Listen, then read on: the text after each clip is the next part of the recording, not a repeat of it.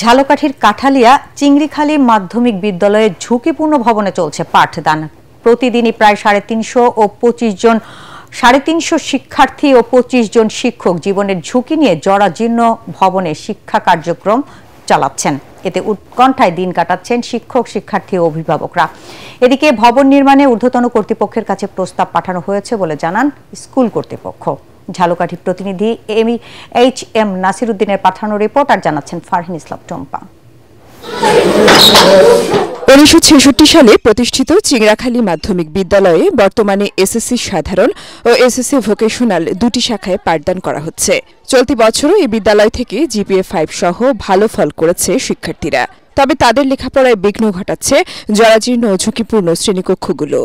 দীর্ঘদিন সংস্কার না করায় ছাদ ও দেয়ালে ফাটল ধরেছে, মরিচা ধরা টিনের ছাদ দিয়ে পড়ছে পানি।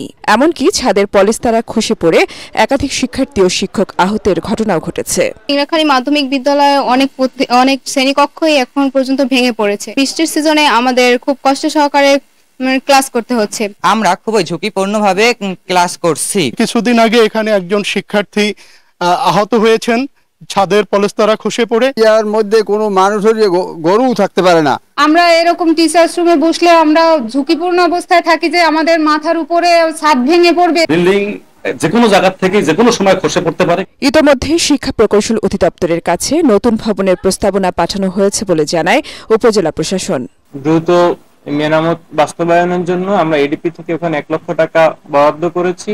সেই কার্যক্রম চলমান আছে। শিক্ষা প্রকৌশল অধিদপ্তরে আমরা উপজেলা থেকে এখানে একটা নতুন ভবন এবং জরাজীর্ণ ভবন মেরামত করার জন্য পত্র প্রেরণ করেছি। দাপ্তরিকভাবে এই বিষয়টি আমরা ঊর্ধ্বতন কর্তৃপক্ষকে জানিয়েছি। বিশেষ করে 2025 সালের মার্চ মাসের দিকে আমরা শিক্ষা প্রকৌশল অধিদপ্তরের মাধ্যমে এবং উপজেলা নির্বাহী অফিসার মহোদয়ের মাধ্যমে আমরা একটা তালিকা উন্নয়নমূলক কাজের জন্য আমরা শিক্ষা প্রকৌশল অধিদপ্তরে পাঠিয়েছি। দ্রুতই নতুন ভবন নির্মাণের দাবি শিক্ষার্থী, শিক্ষক ও অভিভাবকদের।